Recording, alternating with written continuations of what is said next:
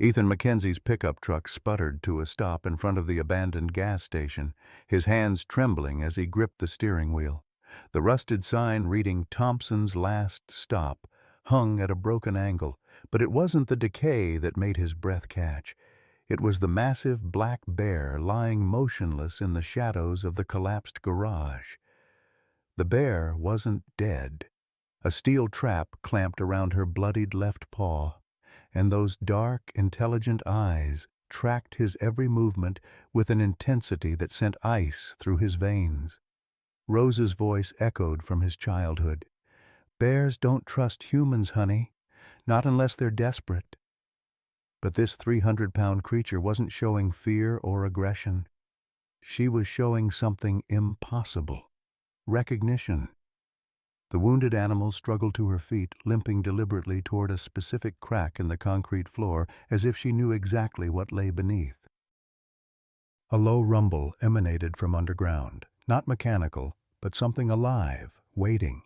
"What the hell?" Ethan whispered, his military instincts screaming danger while his medic training urged him forward.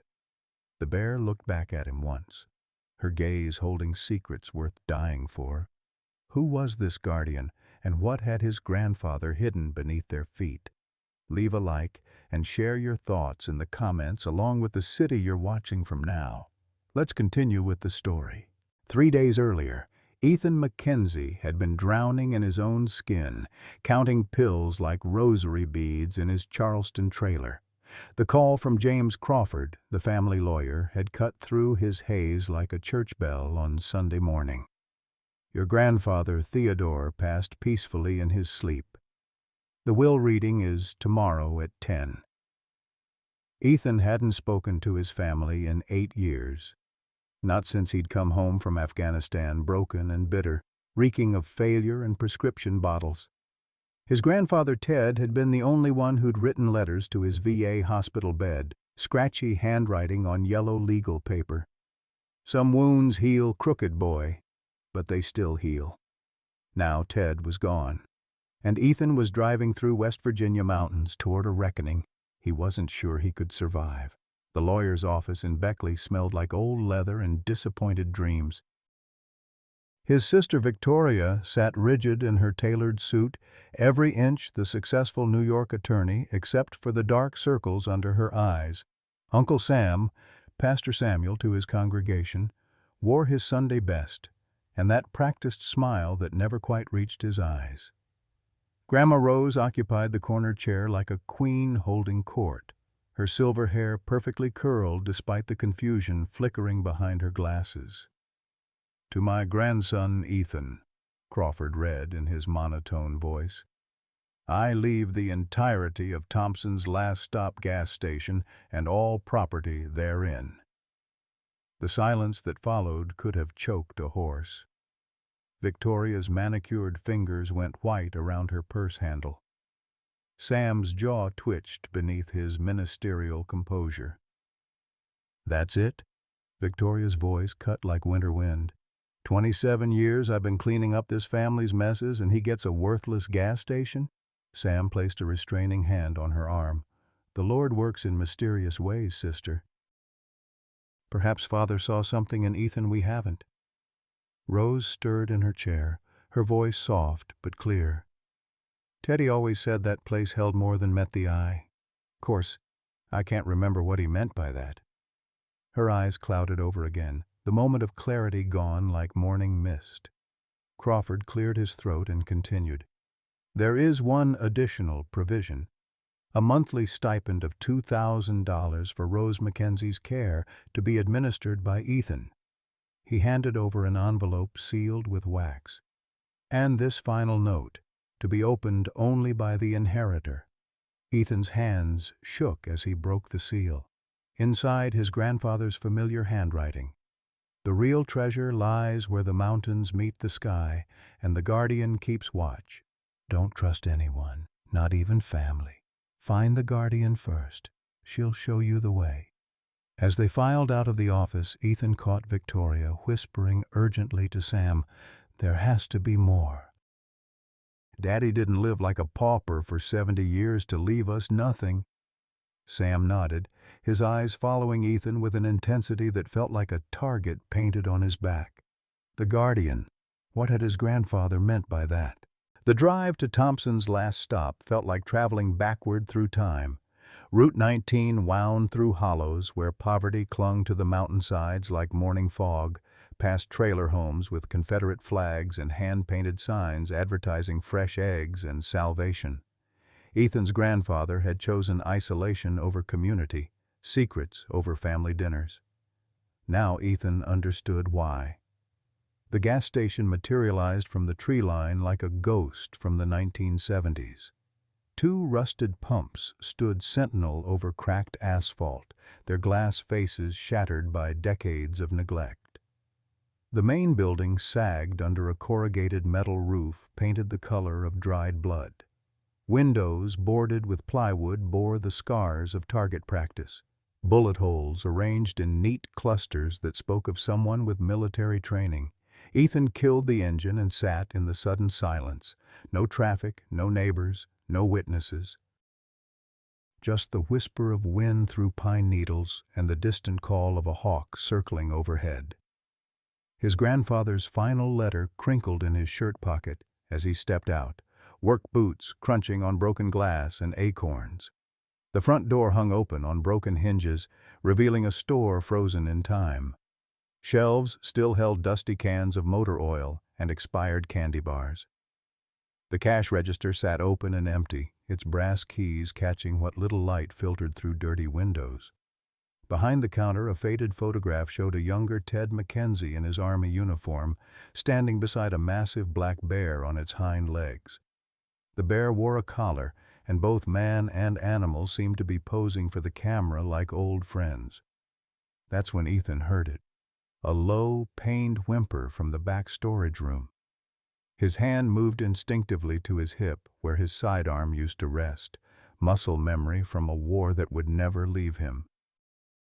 But he was civilian now, armed only with a Swiss Army knife and 8 years of regret. The sound came again, weaker this time, carrying a note of desperate surrender that made his chest tighten. The storage room door stood ajar, and through the gap, Ethan glimpsed something that stopped his heart.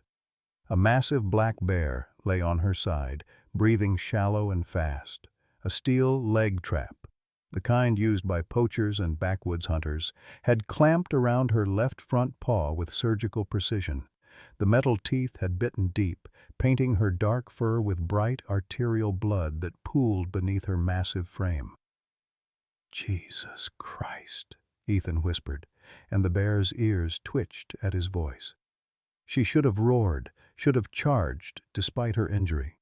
Instead, she turned her head toward him with an expression so human it made his skin crawl. Pain, yes, but also recognition. Hope. Ethan had seen that look before, in the eyes of wounded soldiers who knew they were dying but still believed someone might save them. This bear was looking at him like she'd been waiting specifically for him to arrive. He approached slowly, hands visible, voice low and steady. "Easy, girl. Easy now." His medic training kicked in, evaluating the wound from a safe distance.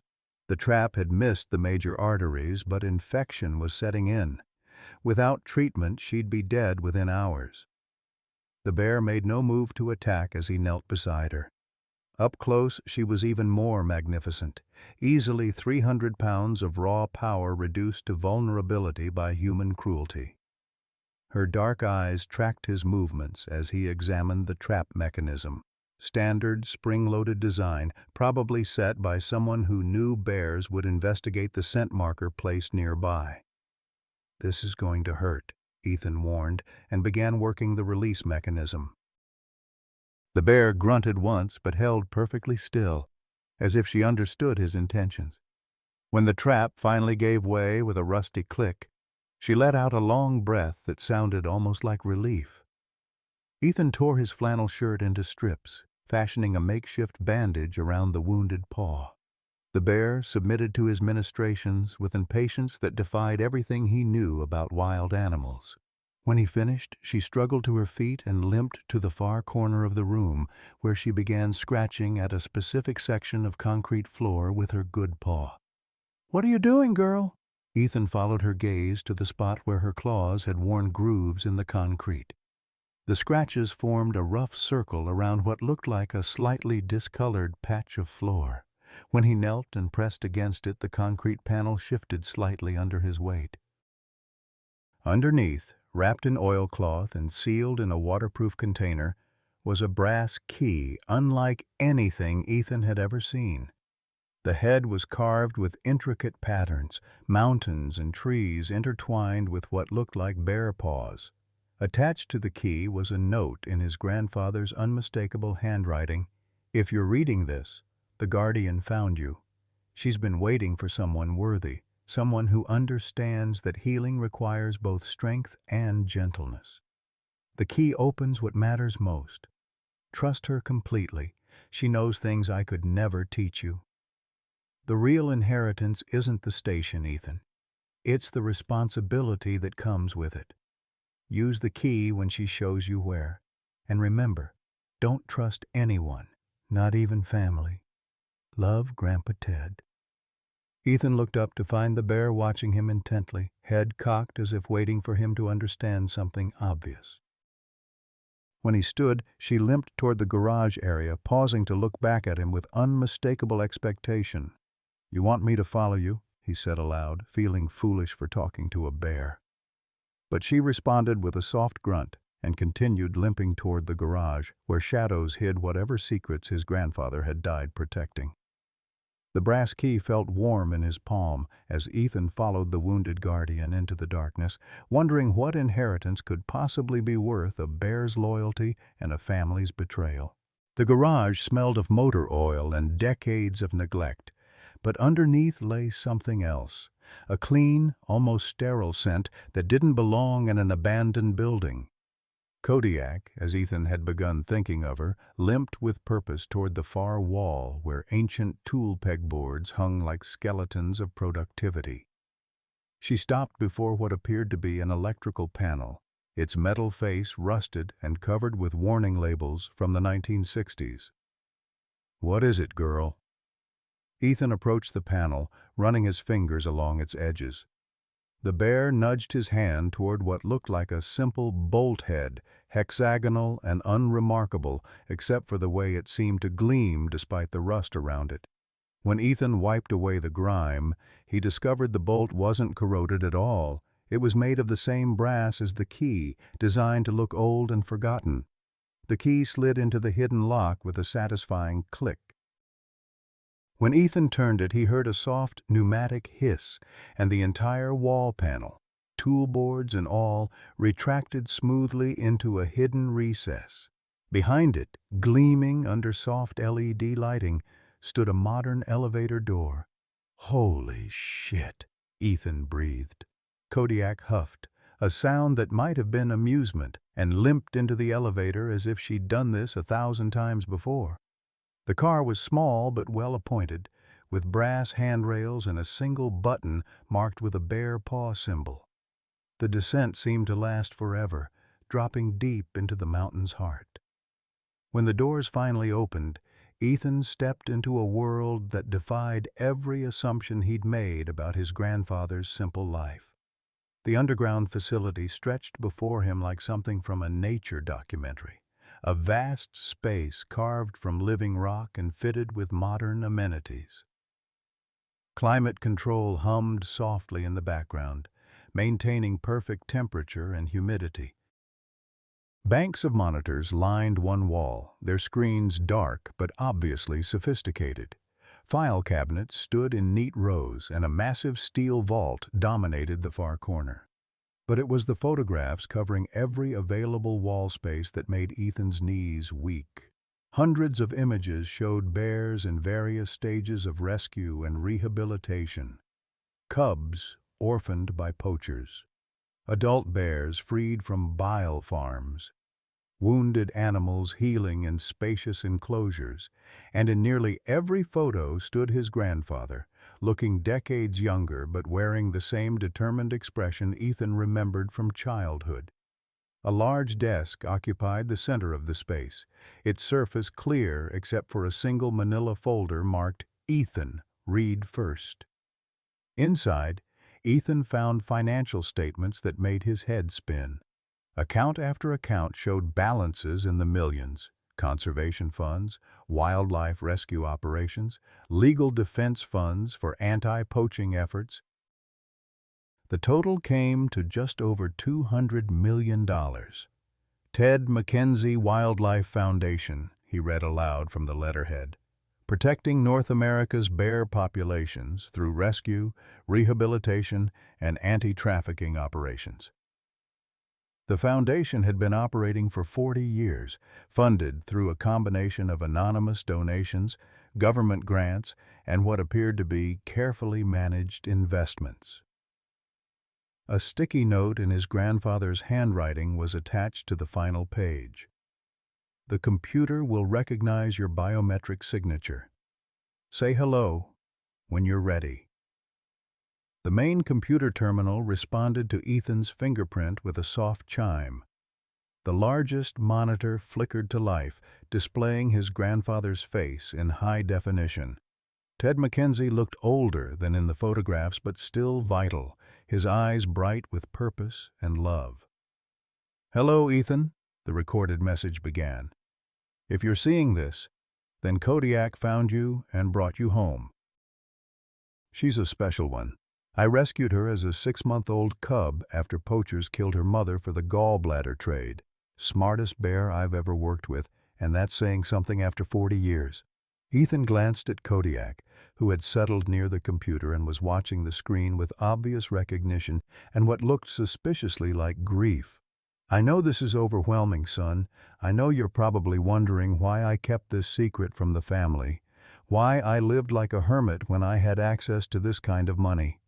The answer is simple. The people hunting these bears aren't strangers.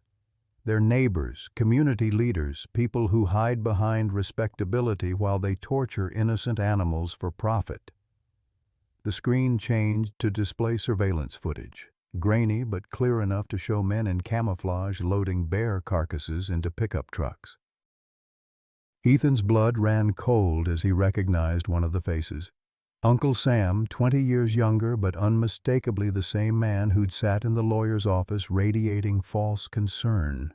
"The trafficking ring spans 3 states and reaches into the highest levels of local government," Ted's voice continued. "Bear bile sells for more than gold in certain markets. A single gallbladder can bring $50,000. The math is simple. Kill the bears, harvest the organs, ship them overseas. What they don't sell immediately gets processed into traditional medicine or aphrodisiacs." More footage showed a facility Ethan didn't recognize. Rows of cages containing terrified bears, some missing limbs, others with tubes inserted into their abdomens to harvest bile while they were still alive. The casual cruelty made him physically sick. "I've been documenting their operations for decades, building cases, working with federal authorities. But they're clever, and they have people inside law enforcement. Every time we get close, evidence disappears or witnesses change their stories. That's why I needed someone outside the system, someone they wouldn't suspect." Ted's image leaned forward as if trying to reach through the screen. "I chose you, Ethan, because you understand what it means to protect the innocent. Your PTSD isn't a weakness. It's proof that you have the heart of a guardian. You couldn't save your squad, but you can save these bears. Kodiak will show you the sanctuary. Trust her completely. She knows things about this mountain that I never taught her." The screen displayed a detailed map of the facility, showing tunnels that extended deep into the mountain and connected to natural cave systems. Red dots marked the locations of hidden cameras and motion sensors. Green areas showed safe zones for bear rehabilitation. The money is yours now, but it comes with responsibility. There are 43 bears currently in the sanctuary, ranging from cubs to elderly adults. They depend on automated feeding systems and climate control. Dr. Sarah Martinez in Charleston provides veterinary care. She's one of the few people who knows the full scope of the operation. Ted's expression grew grave. Be careful, Ethan. The traffickers know I was getting close to exposing them. My death wasn't as peaceful as the official report suggests. They're watching the family, waiting to see who inherits what. Trust no one until Kodiak gives you the signal that they're safe. The recording ended with Ted's final words. Take care of my bears, grandson, and let them take care of you. Love has a way of healing wounds we thought were permanent. The screen went dark, leaving Ethan alone with a fortune he'd never wanted and a responsibility that could get him killed. Kodiak rose and limped toward a door marked Sanctuary Access, pausing to look back with patient expectation. 43 bears, $200 million, a family that included killers, and somewhere in the darkness ahead, a sanctuary that held the key to everything. The tunnel beyond the sanctuary door stretched into absolute darkness, carved from living rock and fitted with motion sensor lighting that activated as they passed.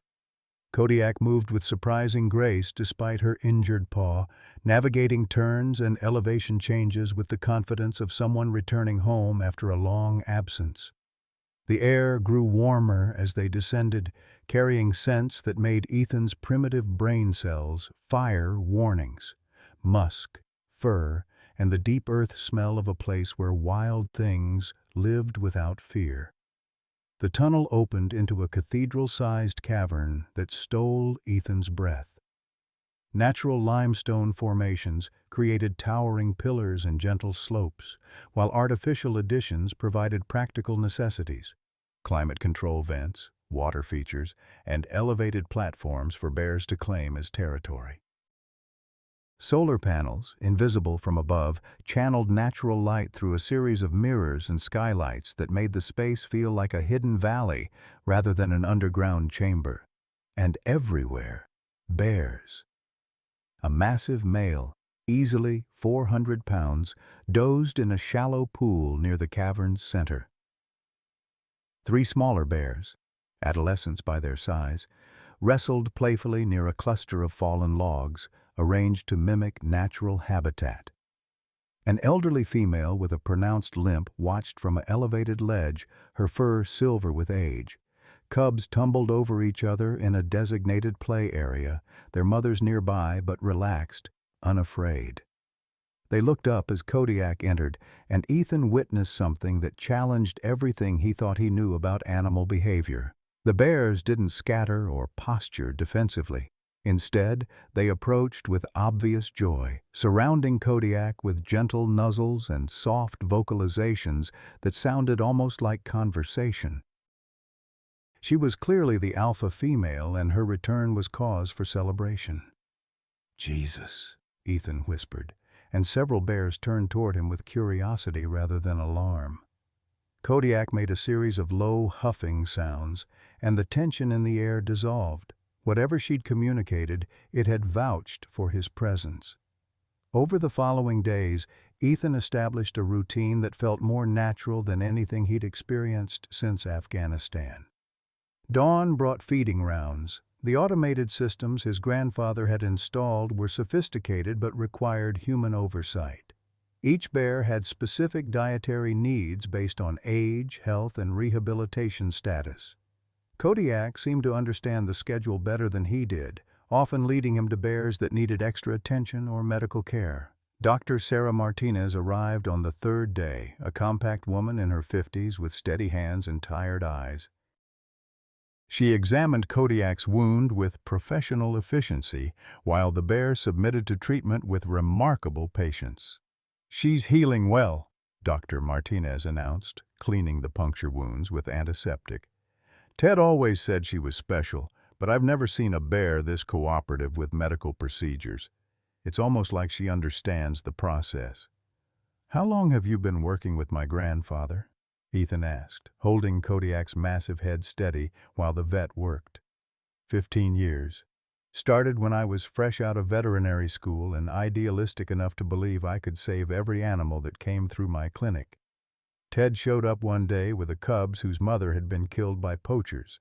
Said he'd heard I didn't ask too many questions. She glanced up at Ethan with knowing eyes. Your grandfather saved over 200 bears in 4 decades. Most people go their whole lives without making that kind of difference, Doc. Martinez also brought disturbing news. There's been increased poaching activity in the area. 3 adult females found dead in the past month, all with surgical precision wounds consistent with gallbladder harvesting. Someone's ramping up operations. That evening, as Ethan reviewed his grandfather's files, he found detailed surveillance reports that painted a horrifying picture. The trafficking network extended far beyond what he'd initially understood. Photos showed legitimate businesses serving as fronts: a taxidermy shop that processed bear parts, an import-export company that shipped products to Asia, even a medical research facility that provided official-looking documentation for illegal harvests. Uncle Sam's Methodist Church appeared in multiple surveillance photos, its basement apparently serving as a processing center. Financial records showed thousands of dollars in cash donations that never appeared in official church records. Ethan's hands shook as he read his grandfather's notes. Samuel has been recruiting hunters from his congregation, uses Sunday sermons to identify potential collaborators, men with financial problems, grudges against government regulation, or simple greed. Victoria's law firm occupied an entire folder. Her client list included several companies that existed only on paper, shell corporations designed to launder money from wildlife trafficking. She'd been using her legal expertise to create an untraceable pipeline for moving millions of dollars in blood money. The weight of betrayal settled on Ethan's shoulders like lead. His sister and uncle weren't just criminals. They were the reason his grandfather had lived like a hermit, afraid to trust his own family with the truth about his life's work. On the 4th day, Kodiak began exhibiting unusual behavior. She would pace near the tunnel entrance, then return to Ethan with obvious agitation. When he followed her to investigate, she led him to a previously hidden passage that branched off from the main tunnel. The narrow corridor opened into a smaller chamber that served as what appeared to be a maternity ward. Soft bedding, temperature control, and privacy screens that could contain nursing mothers and cubs. In the far corner, Kodiak had created a nest of sorts. Only when she settled into it and began making soft maternal sounds did Ethan realize the truth. She was pregnant. "Well, I'll be damned," he whispered, and Kodiak responded with what sounded suspiciously like pride. The timeline made sense. She'd probably mated during the spring and now, in late summer, was approaching her delivery date. His grandfather's final gift wasn't just a bear sanctuary. It was about to become a nursery. The pregnancy changed everything. Kodiak needed specialized care, additional nutrition, and absolute security. Dr. Martinez confirmed his suspicions during her next visit, estimating a delivery date within the next 2 weeks. "She's carrying twins," the vet announced after completing an ultrasound with portable equipment. "Both cubs appear healthy and properly positioned, but she'll be vulnerable during delivery and for several weeks afterward." That night, Ethan couldn't sleep. He walked the tunnels with a flashlight, checking security cameras and motion sensors, his military training asserting itself in the face of new responsibility. He was no longer just protecting 43 bears. He was about to become guardian to 45. But the sanctuary's security wasn't his only concern. His grandfather's files contained increasingly urgent notes from the weeks before his death. Federal authorities had been preparing to move against the trafficking network based on evidence Ted had provided. Arrest warrants were being prepared, assets frozen, cases built. Then Ted had died suddenly, and the investigation had stalled. The final entry in his grandfather's journal was dated just 3 days before his death. "They know I'm close. Samuel asked too many questions about the will yesterday. Victoria called twice about selling the gas station. They're planning something. If anything happens to me, Ethan is the only one I trust to finish this." A sound from the main cavern interrupted his reading. Kodiak was standing at the tunnel entrance, hackles raised, making a low, growling sound he'd never heard before. The other bears had gone silent, an unnatural stillness that made Ethan's skin crawl. Someone was coming. Footsteps echoed from the tunnel, multiple people moving with practiced stealth. Ethan killed the lights and activated the sanctuary's emergency protocols, sealing blast doors that would protect the bears while leaving him trapped in the underground facility. Through the security monitor, he watched 3 figures enter the main chamber. Uncle Sam led the way, carrying a large duffel bag and moving with military precision that suggested his pastoral image was carefully constructed fiction. Behind him came Victoria, her lawyer facade replaced by cold efficiency as she swept the room with a professional flashlight. The third figure was a stranger, a large man with the bearing of someone accustomed to violence. "Spread out," Sam ordered quietly. "Ted's records have to be here somewhere. And find that damn bear. She's worth more alive than the other 40 combined." Victoria approached the computer terminal. "The accounts are protected, but I can break the encryption given enough time. 200 million doesn't just disappear." "Money's secondary," the stranger said in an accent Ethan couldn't place. "My buyers want the pregnant female. Harvesting cubs in utero triples the value of the gallbladders." "We're talking $500,000 for this one bear." Ethan's blood turned to ice. They weren't just here for the money. They wanted to butcher Kodiak and her unborn cubs, the same people who'd killed her mother, who'd tortured dozens of bears for profit, who'd murdered his grandfather to protect their operation. He reached for his grandfather's emergency phone, a satellite device that connected directly to Dr. Martinez and federal wildlife authorities. But before he could dial, alarms began blaring throughout the facility. Motion sensors had detected something else entering the tunnels, something big, moving fast and not alone. The cavalry was coming, but Ethan wasn't sure who was riding to whose rescue. Through the monitors, he watched his uncle's face transform from confident predator to terrified prey as growls echoed from multiple tunnel entrances. The bears weren't just hiding. They were responding to a threat against their sanctuary with coordinated intelligence that defied every assumption about animal behavior.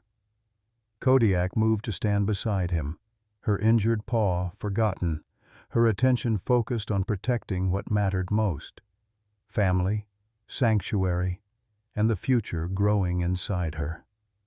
The war for his grandfather's legacy was about to begin. The growls coming from the tunnels weren't random. They were coordinated, intelligent, and getting closer. Through the security monitors, Ethan watched his uncle's confident expression crumble as the reality of their situation became clear. They weren't just dealing with one pregnant bear. They were trapped in a sanctuary with over 40 adult bears who had learned to trust humans but could recognize threats with deadly accuracy. "Sam, we need to go," Victoria whispered, her lawyer's composure finally cracking. "This isn't what you said it would be." "Shut up," Sam hissed, pulling a tranquilizer gun from his duffel bag. "We're not leaving empty-handed. 40 years of preparation, and I'm not walking away because of some overgrown pets." The stranger, who Ethan now realized must be the buyer Dr. Martinez had warned about, pulled out a military-grade assault rifle. "Your family drama is touching, preacher, but I have a schedule to keep." "Where's the pregnant female?" From his hidden position, Ethan watched Kodiak's reaction to the stranger's voice. Her entire body went rigid, a deep rumble building in her chest that seemed to vibrate through the rock itself. This wasn't just fear or territorial aggression. This was recognition, personal hatred, the kind of response that came from witnessing unspeakable trauma. "You know him, don't you, girl?" Ethan whispered, and Kodiak's dark eyes met his with an intelligence that made his skin crawl. This man had been there when her mother died. This man had pulled the trigger. The security monitors showed the stranger moving deeper into the cavern, following bear tracks with the confidence of an experienced hunter. He paused at a cluster of rocks where Kodiak's scent would be strongest, his rifle raised and ready. "Here, kitty kitty," he called mockingly. "Come out and make this easy on yourself. Your cubs will fetch a pretty price, even if we have to cut them out." That's when Ethan's military training kicked in completely. Overwhelming 8 years of civilian guilt and PTSD paralysis. This wasn't Afghanistan, where he'd failed to save his squad from an IED. This was a defensive position with clear objectives: protect the innocent, eliminate the threat, complete the mission. He activated the sanctuary's communication system, his voice echoing from speakers throughout the cavern.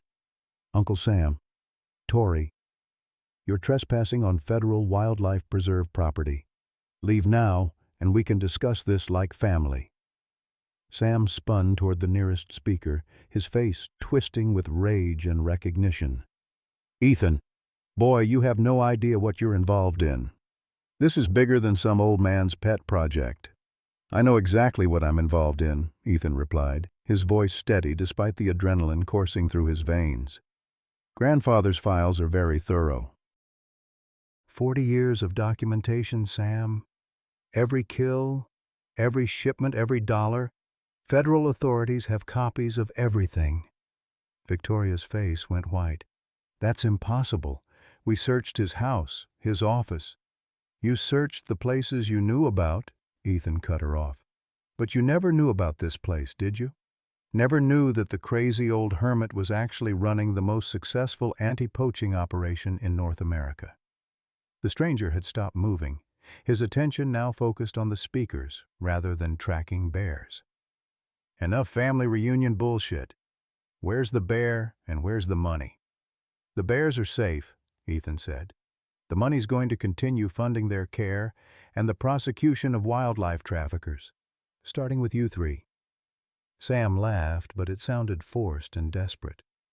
"You think you can threaten us? Boy, I've been planning this for 20 years.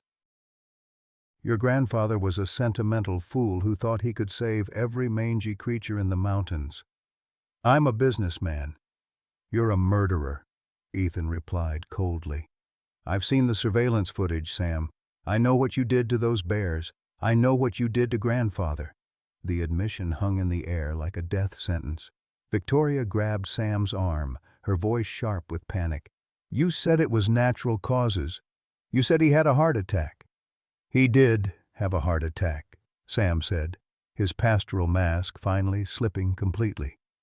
"Right after I explained what would happen to his precious bears if he didn't hand over the Foundation accounts, old fool chose the animals over his own family." Through the monitors, Ethan watched his sister's face cycle through disbelief, horror, and finally cold calculation. Victoria Mackenzie Sterling, corporate attorney, was realizing that her uncle had just confessed to murder in front of witnesses, and that she was now an accessory after the fact. "You killed him," she whispered. "You actually killed our father." "I protected our family's interests," Sam corrected. "Ted would have seen us all in prison to save a bunch of bears that belong in cages anyway. I gave him a choice: cooperation or consequences. He chose consequences." The stranger was growing impatient with the family drama. He raised his rifle toward the ceiling and fired a 3-round burst, the gunshots echoing through the cavern like thunder. "Enough talking! I want the pregnant bear, I want the money, and I want it now!" The gunshots had an immediate effect. Every bear in the sanctuary began vocalizing at once, not in panic, but in coordination. Through the security cameras, Ethan watched as the massive alpha male he'd seen on his first day emerged from a side passage, followed by 3 other adults. They moved with purpose, cutting off the intruder's escape routes with tactical precision that would have impressed his Marine instructors. "Holy shit," Victoria breathed, backing toward the tunnel entrance. "How many are there?" 43 adults, Ethan announced over the speakers, plus assorted cubs and adolescents, all of them protective of this sanctuary, all of them remembering friends and family members killed by people exactly like you. Kodiak chose that moment to make her entrance. She limped into the main cavern with regal dignity, her injured paw forcing her to move slowly but doing nothing to diminish her presence. Even pregnant and wounded, she was magnificent, 300 pounds of controlled power and maternal fury. The stranger's eyes lit up with greedy recognition. There she is. Worth more than all the others combined. He raised his rifle, finger moving to the trigger. That's when Ethan made his choice. The blast doors separating the control room from the main cavern were designed to protect the bears from outside threats, but they could also be opened from the inside. Ethan hit the emergency release and stepped into the cavern, his grandfather's emergency flare gun in his hand. Not much of a weapon, but enough to get everyone's attention. "Lower the rifle," he commanded, his voice carrying the authority of someone who'd faced down armed insurgents in desert caves. "You're outnumbered, outgunned, and surrounded by very protective animals." The stranger turned his weapon toward Ethan instead. "Walk away, soldier boy. This doesn't concern you." "Everything in this sanctuary concerns me," Ethan replied, moving to put himself between the gunman and Kodiak. "These bears are under my protection now." "Your protection?" Sam laughed bitterly. "Boy, you can't even protect yourself from a bottle of pills. What makes you think—" He never finished the sentence. Kodiak moved with surprising speed for a pregnant bear, closing the distance between herself and Sam in 3 powerful strides. She didn't attack. She simply positioned herself next to Ethan, a living wall of fur and muscle that made the family dynamics crystal clear. "Fascinating," the stranger mused. His rifle still trained on Ethan, but his attention divided between multiple targets. "The bears bonded with you. Makes this more complicated." "Makes it simple," Ethan corrected. "You hurt her, you deal with me. You hurt me, you deal with her and 42 of her friends. Either way, you lose." Victoria was edging toward the tunnel, clearly calculating her chances of escape. "This is insane. We're talking about animals, not people. They're just bears." "Just bears?" Ethan repeated, his voice heavy with disgust. Grandfather spent 40 years proving that just bears have families, feel pain, mourn their dead, and protect their young with the same fierce love that any parent would recognize. You've turned that love into a profit margin. The stranger was losing patience. "Enough philosophy. Stand down or I start shooting everything that moves." That's when the lights went out. Emergency lighting kicked in seconds later, bathing the cavern in red shadows that transformed the space into something primal and dangerous. In that brief moment of darkness, everything changed. The bears moved with coordinated silence, surrounding the intruders in a loose circle that offered no escape routes. Kodiak pressed closer to Ethan, her warm bulk offering protection and solidarity. And from the tunnels came the sound of approaching vehicles, engines that Ethan recognized as federal law enforcement. "Cavalry's here," he announced into the tense silence. "Dr. Martinez called in the backup when the alarms went off. How does 25 to life for interstate wildlife trafficking sound, Uncle Sam?" The stranger made his choice then, swinging his rifle toward Kodiak with deadly intent. But Ethan was already moving, the flare gun in his hand barking once with brilliant red light. The flare caught the gunman in the chest, burning through his shirt and sending him stumbling backward into the waiting embrace of a very large, very angry alpha male bear. The screaming that followed was brief but instructive. In the sudden silence, Sam and Victoria stood surrounded by bears, federal agents, and the smoking ruins of 40 years of carefully constructed lies. The Mackenzie family's dark secrets were finally coming to light. The federal agents moved through the cavern like they'd done this before, calm, efficient, and completely unfazed by the presence of 43 bears watching their every move. Agent Sarah Chen, a compact woman with steel-gray hair and knowing eyes, surveyed the scene with professional detachment while her team secured the area. "Mr. Mackenzie," she said, approaching Ethan with careful respect for Kodiak's protective positioning. "Your grandfather spoke of you often. He believed you were the only family member he could trust with this." Sam laughed bitterly from where Agent Rodriguez had him cuffed against the cavern wall. Trust. The old fool trusted bears more than his own family. Look where it got him. Agent Chen turned toward Sam with the kind of smile that made hardened criminals reconsider their life choices. "Actually, Reverend Mackenzie, your father-in-law's trust was well placed. We've been building a case against your trafficking network for 3 years, using evidence he provided. Tonight just gave us everything we needed to close it permanently." Victoria stood in shock, her expensive suit torn and her carefully maintained composure completely shattered. The reality of federal prosecution was apparently more terrifying than angry bears. "This is a mistake," she whispered. "I'm a lawyer. I know my rights. You're also an accessory to murder, conspiracy to commit wildlife trafficking, and about 15 other federal charges," Agent Chen replied matter-of-factly. "Your uncle just confessed to killing Theodore Mackenzie. Everything you've said and done here tonight has been recorded."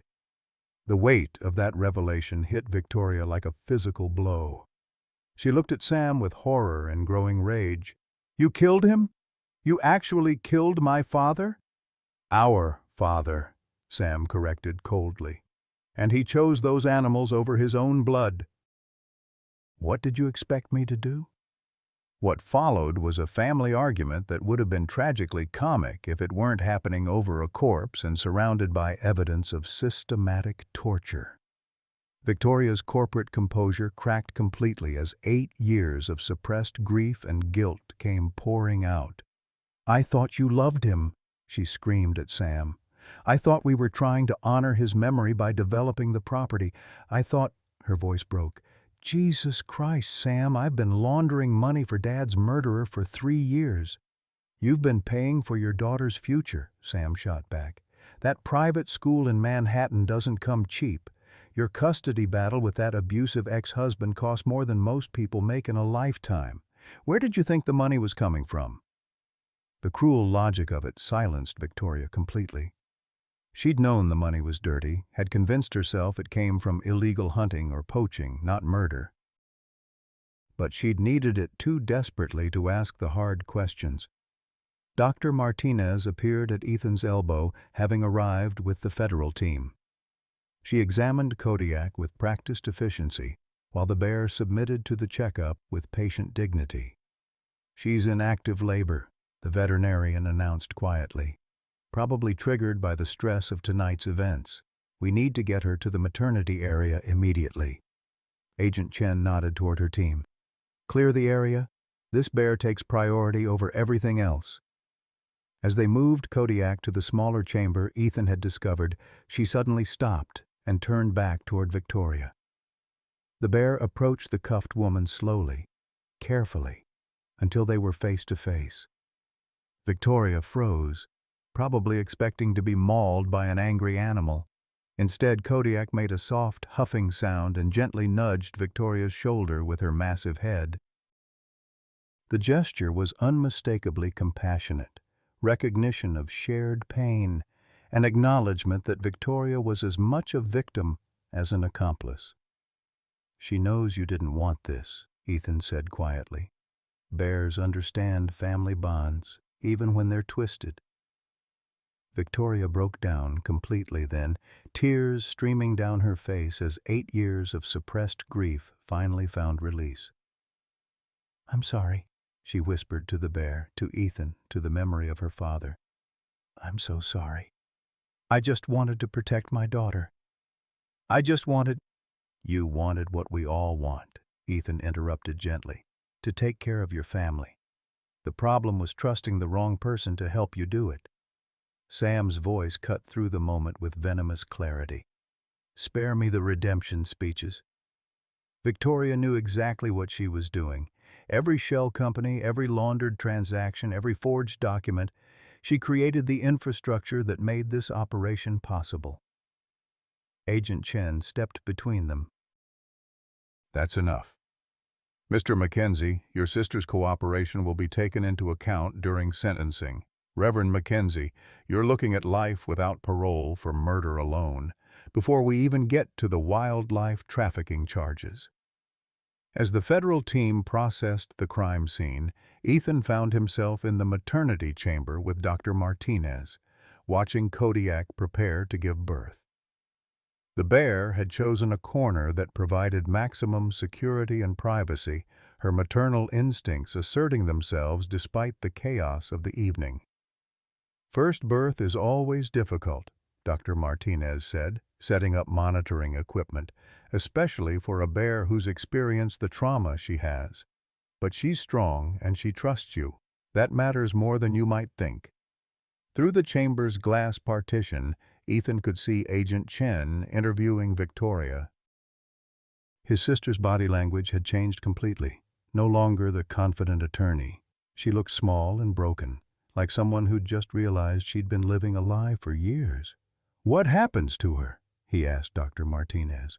Legally, that's up to the prosecutors. But your grandfather's files include detailed documentation of coercion and manipulation. Sam used her grief and financial desperation to recruit her gradually. That matters in federal court. Kodiak made a low sound that drew their attention back to the medical situation. Her first cub was crowning, a tiny, helpless creature that looked more like a hairless hamster than the future apex predator it would become. Here we go, Dr. Martinez murmured, moving to assist if necessary. Welcome to the world, little one. The birth proceeded smoothly, with Kodiak demonstrating the same calm competence she'd shown throughout their brief partnership. 2 cubs, both healthy, both immediately claimed by their mother with fierce protective love. As Ethan watched the new family bond, he felt something shift inside himself. The guilt and self-hatred that had driven him to pills and alcohol began to transform into something else: purpose, responsibility, hope. His grandfather had been right. Broken things could heal other broken things. And sometimes, healing meant protecting what mattered most, even when the people who should love you were the ones trying to destroy it. Outside the maternity chamber, federal agents continued processing the largest wildlife trafficking bust in Appalachian history. But inside, life continued its ancient cycle: birth, protection, love. The real treasure had never been money. The truth came in pieces over the following weeks, each revelation more devastating than the last. Agent Chen's investigation team worked with methodical precision, unraveling 40 years of carefully constructed lies and discovering horrors that made the evening's events seem almost merciful by comparison. Ethan sat in the federal building in Charleston, staring at photographs that would haunt him for the rest of his life. Bears in cages so small they couldn't stand. Cubs with surgical incisions where their gallbladders had been removed while they were still alive. Adult females chained to tables with tubes inserted into their abdomens, harvesting bile over months of excruciating torture. Your uncle's operation was more sophisticated than we initially realized, Agent Chen explained, her voice carefully neutral. The church basement contained a full surgical suite. They were performing live extractions, keeping the bears alive to maximize bile production before final harvest. Victoria sat across the table, her corporate wardrobe replaced by orange prison scrubs, her eyes hollow with the weight of complicity. She'd been cooperating fully with the investigation since her arrest, providing financial records and legal documentation that revealed the true scope of the trafficking network. The shell companies I created processed over $50 million in the past 5 years, she said quietly. I told myself it was just poaching, illegal hunting, nothing more. I never asked about the surgical equipment purchases or the medical supply orders. Because you didn't want to know, Ethan said, not unkindly. His anger toward his sister had evolved into something more complex. Pity mixed with disappointment, understanding tempered by moral revulsion. "Because I needed the money," Victoria corrected, her honesty brutal and self-condemning. Emma's private school, the custody battle, my Manhattan apartment. I was drowning in debt and too proud to ask for help. When Sam offered me consulting work that paid 10 times my normal rate, I convinced myself I didn't need details. Agent Chen spread additional photographs across the table, surveillance images showing the trafficking network's full extent. Reverend Mackenzie recruited hunters from 3 Methodist congregations across West Virginia and Kentucky. He used Sunday sermons to identify potential collaborators, targeting men with financial problems or anti-government sentiments. The religious angle made everything worse. Sam had perverted his pastoral role, using sacred trust to recruit killers and torturers. His sermons about God's dominion over animals had provided theological justification for unconscionable cruelty. "How many bears?" Ethan asked, though he wasn't sure he wanted to know. "Over 300 confirmed kills in the past 5 years alone," Agent Chen replied. "Probably twice that number going back to when the operation began. Your grandfather's surveillance suggests this network was responsible for the near extinction of black bears in certain regions." The numbers were staggering, but it was the personal betrayal that cut deepest. Ethan thought about all those Sunday dinners when he was a child, Sam saying grace over fried chicken while planning the torture of innocent animals. The cognitive dissonance was almost unbearable. "What about grandfather's death?" Ethan asked. "How exactly did Sam kill him?" Victoria answered, her voice barely above a whisper. "Insulin injection. Sam has diabetes, so he had legitimate access to insulin and syringes. An overdose in an elderly man would look like natural hypoglycemic shock, heart failure secondary to low blood sugar." "Your grandfather knew it was coming," Agent Chen added. His final journal entries show he was aware of the immediate threat. He'd prepared contingency plans, including the video messages you found and detailed instructions for transferring the Foundation assets. The meeting was interrupted by Dr. Martinez, who'd been coordinating medical care for all the bears in the sanctuary. She looked exhausted but guardedly optimistic. "Kodiak and her cubs are doing well," she reported. "Both cubs are nursing successfully, and she's showing excellent maternal behavior, but I'm concerned about her psychological state." "What do you mean?" Ethan asked. "She's not sleeping. Hasn't had more than 20-minute rest period since the cubs were born. She's exhibiting hypervigilance consistent with PTSD, constantly scanning for threats, refusing to leave the cubs even for basic needs." The parallel wasn't lost on Ethan. He'd experienced the same sleepless vigilance after Afghanistan, the inability to relax even in safe environments. Kodiak was suffering from combat trauma just as surely as any human veteran. "Can we help her?" "Time and consistency," Dr. Martinez said. "She needs to learn that the sanctuary is truly safe, that the threats are gone permanently. Your presence helps. She associates you with protection and healing." Over the following days, Ethan split his time between federal interviews and bear care. The routine of feeding, cleaning, and medical care provided structure that helped both him and Kodiak process their trauma. The other bears in the sanctuary seemed to understand that something fundamental had changed. The constant threat that had haunted their refuge was finally gone. But the most devastating revelation came during week 3 of the investigation. Agent Chen called Ethan to the federal building for what she described as a final briefing, but her expression suggested something far more serious. "We've completed our analysis of your grandfather's evidence," she began carefully. The trafficking network extended beyond what any of us realized. Sam wasn't the leader. He was middle management. She produced a new set of photographs and documents. The actual head of the operation was Judge Harold Whitmore, a federal magistrate who's been providing legal protection for the network for over 20 years. Sam reported directly to him. The name meant nothing to Ethan, but Victoria's face went white with recognition and horror. "Judge Whitmore presided over Emma's custody hearings," she whispered. "He's the one who awarded me primary custody when David tried to take her. I thought he was protecting us." "He was protecting his investment," Agent Chen corrected grimly. "Your custody case gave him leverage over you. As long as you provided legal services for the trafficking network, he'd ensure your ex-husband couldn't take Emma. Classic coercion." The manipulation was breathtakingly sophisticated. Judge Whitmore had identified vulnerable people, single mothers, financially struggling hunters, desperate farmers, and systematically recruited them using their deepest fears and needs as leverage. "How many people?" Ethan asked.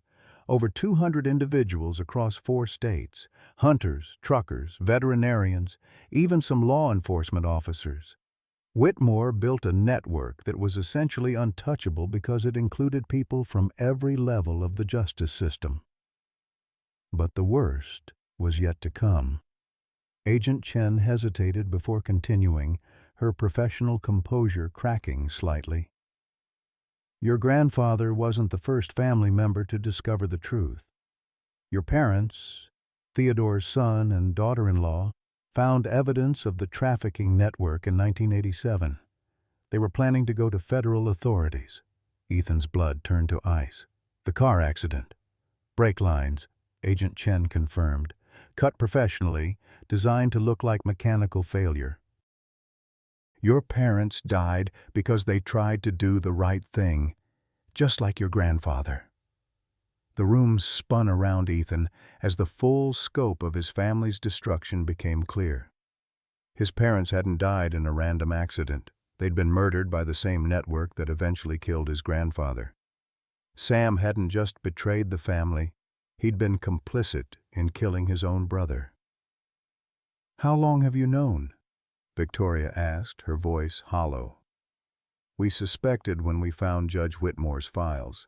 Confirmed it yesterday when one of his associates provided testimony in exchange for a plea deal." Victoria doubled over as if she'd been punched, finally understanding the true cost of her cooperation. She hadn't just been laundering money for poachers.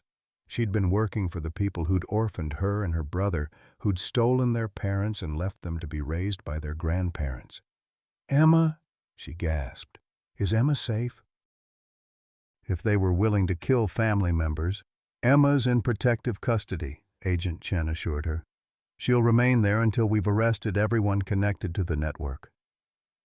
The meeting ended with Victoria being led back to her cell, broken by the weight of revelations that no amount of legal training could have prepared her for. Ethan drove back to the sanctuary in a fog of grief and rage, struggling to process the systematic destruction of his family by people they'd trusted. Kodiak was waiting for him at the tunnel entrance, her cubs nursing peacefully in the maternity chamber behind her. She approached with careful steps, pressing her massive head against his chest in a gesture of comfort that transcended species boundaries. "They killed everyone," he whispered into her fur. "Parents, grandfather, probably others we don't even know about." Kodiak made a soft, huffing sound that somehow conveyed understanding and shared loss. She'd witnessed her own mother's murder, had lived with that trauma for years, but she'd also learned that survival meant protecting what remained, building new families from the ashes of the old. Standing in the sanctuary his grandfather had died protecting, surrounded by bears who'd survived torture and loss, Ethan felt something shift inside him. The revelation of his family's murders should have destroyed him, should have sent him spiraling back into pills and despair. Instead, it crystallized his purpose. The network was broken, but the work remained. 45 bears needed protection, and somewhere out there, other animals needed rescue. His grandfather's legacy wasn't just about bears, it was about refusing to let evil triumph through silence and inaction. The healing could begin now that the truth was finally free. 5 years later, Ethan Mackenzie stood on the observation deck of the Theodore Mackenzie Wildlife Education Center, watching Kodiak's cubs, now massive adolescents, wrestle playfully in the morning sunshine. The gas station had been transformed beyond recognition, its rusty pumps replaced by educational displays, and its convenience store converted into a visitor center that welcomed over 50,000 guests annually. The sound of children's laughter drifted up from the viewing area below, where a group of second graders pressed their faces against the reinforced glass, marveling at bears who'd never known the fear and pain their parents had endured. Mrs. Henderson, their teacher, read from a placard describing Kodiak's rescue and rehabilitation, turning trauma into a teaching moment about resilience and hope. "Uncle Ethan!" Emma's voice called from behind him. At 13, Victoria's daughter had grown into a confident young woman who spent every summer at the sanctuary, learning conservation science and developing the same passion for wildlife that had driven her great-grandfather. "Mom says the documentary crew is ready for your interview." Ethan smiled, still marveling at how naturally Emma called him uncle, despite the years of separation. Victoria's imprisonment had initially created a painful distance, but family bonds had proven stronger than legal complications. The girl who'd grown up in Manhattan private schools had found her true home among rescued bears and mountain wilderness. The documentary crew was setting up in what had once been his grandfather's hidden command center, now transformed into a modern research facility. Dr. Martinez supervised graduate students studying bear behavior and rehabilitation techniques, while federal wildlife officials coordinated anti-poaching operations across multiple states. The sanctuary had become exactly what Theodore Mackenzie had envisioned, a beacon of hope in the fight against wildlife trafficking. "Mr. Mackenzie," the director said, adjusting camera angles to capture both Ethan and the wall of photographs documenting 45 years of rescue operations. "We'd like to start with your grandfather's legacy and how the foundation has grown since the trafficking network was dismantled." Ethan settled into his chair, absently touching the dog tags he still wore. His grandfather's military identification, scratched and worn, but polished to a bright shine. Behind him, monitors displayed real-time feeds from 12 sanctuary locations across the Appalachian region, each one protecting dozens of bears and other wildlife species. "My grandfather always said that broken things could heal other broken things," Ethan began, his voice steady with 5 years of therapy and purposeful living. He was talking about bears when he said it, but I think he knew it applied to people too. This place, all of this, grew from two broken souls learning to trust each other. The interviewer leaned forward. "You're referring to your relationship with Kodiak, the bear who essentially led you to discover the sanctuary?" "Kodiak saved my life," Ethan said simply. "I was drowning in pills and self-hatred when I found her, or when she found me. Doesn't matter which.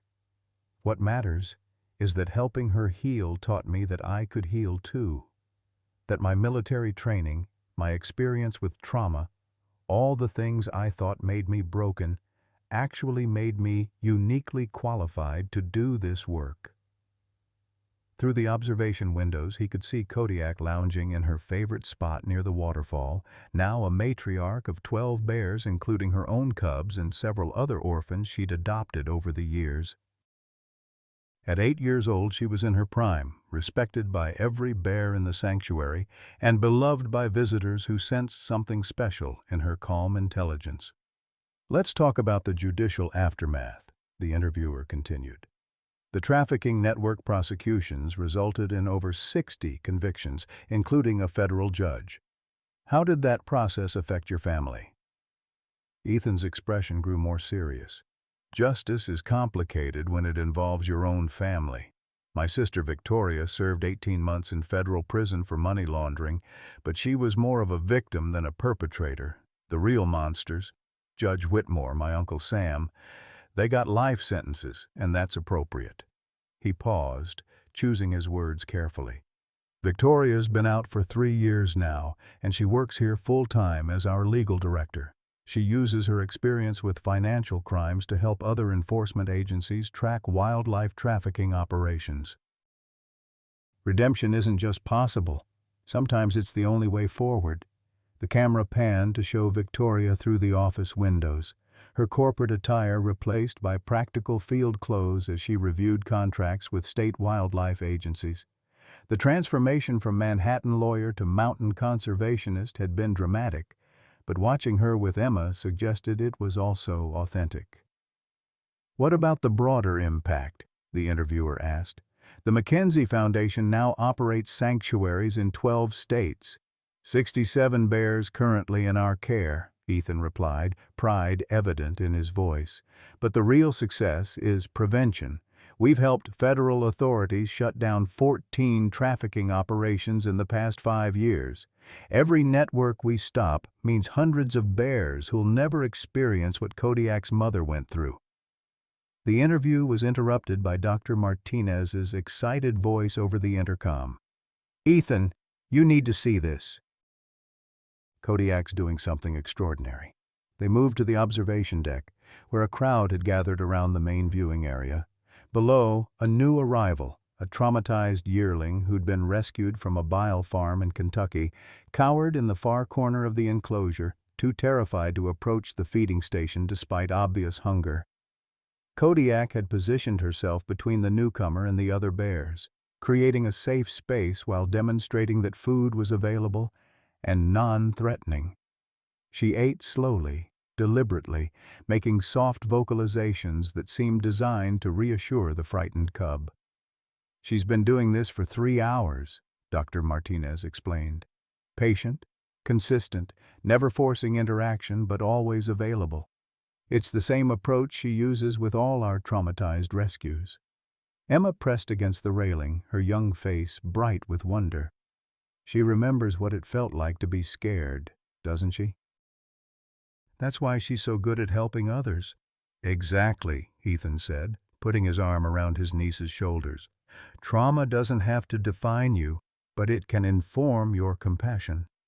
Kodiak turned her pain into purpose. As they watched, the young bear took tentative steps toward the food, drawn by Kodiak's patient demonstration of safety. When he finally began eating, several visitors wiped away tears, recognizing something profound in the simple act of one wounded creature helping another. "That's what this place is really about," Ethan told the documentary camera. "Not just rescuing bears, but showing people that healing is possible, that broken doesn't mean worthless, that sometimes the best protectors are those who've needed protection themselves." The afternoon brought its scheduled highlight, the weekly educational presentation where Victoria spoke to visitors about the legal aspects of wildlife protection. Watching his sister explain complex conservation law to fascinated children, Ethan marveled at the journey that had brought them here. 5 years ago, our family was destroyed by secrets and greed," Victoria said, addressing a group of high school students. "My father and grandfather were murdered, my uncle went to prison for life, and I nearly lost everything that mattered because I was too afraid to ask hard questions." She gestured toward the sanctuary behind her. "But this place taught me that family isn't just about blood relations. Sometimes the people who save you are the ones you never expected. And sometimes redemption means spending your life protecting what someone else died to save." As the sun set behind the mountains, painting the sanctuary in gold and amber light, Ethan found himself back at the memorial wall where his grandfather's photograph hung alongside images of every bear who'd found safety within these walls. Theodore Mackenzie's vision had grown beyond anything he could have imagined, from a secret rescue operation to an internationally recognized conservation center. But the real measure of success wasn't in the awards or recognition, it was in moments like this. Kodiak's patient teaching, Emma's passionate questions about bear behavior, Victoria's determined advocacy for stricter trafficking penalties. It was in the knowledge that somewhere tonight, federal agents were using the Mackenzie Foundation's intelligence to save bears who might otherwise die in agony. "Thank you, Grandpa," Ethan whispered to the photograph, "for trusting me with this, for believing that broken things could heal." Behind him, Kodiak's cubs played in the fading light, their joyful wrestling a testament to the possibility of happiness after trauma. The cycle continued: rescue, healing, protection, hope. The guardian had found her purpose and in doing so had shown him his own. Home wasn't where you came from.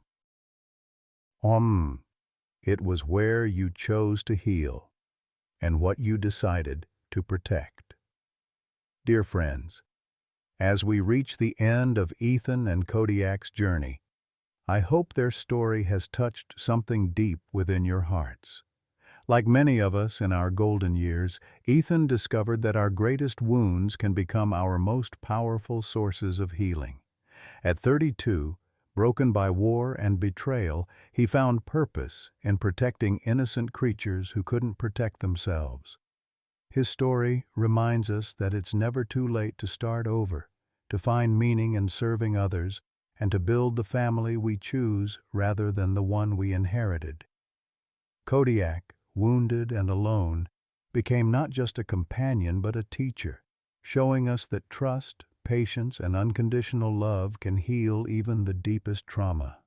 Their sanctuary grew from two broken souls into a beacon of hope for countless others.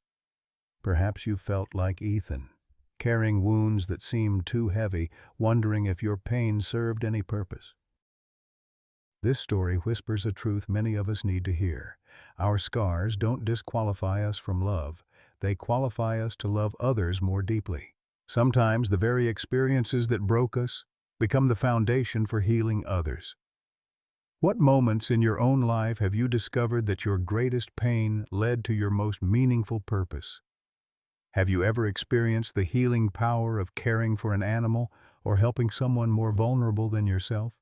Please share your stories in the comments below. Your experiences might be exactly what someone else needs to hear today.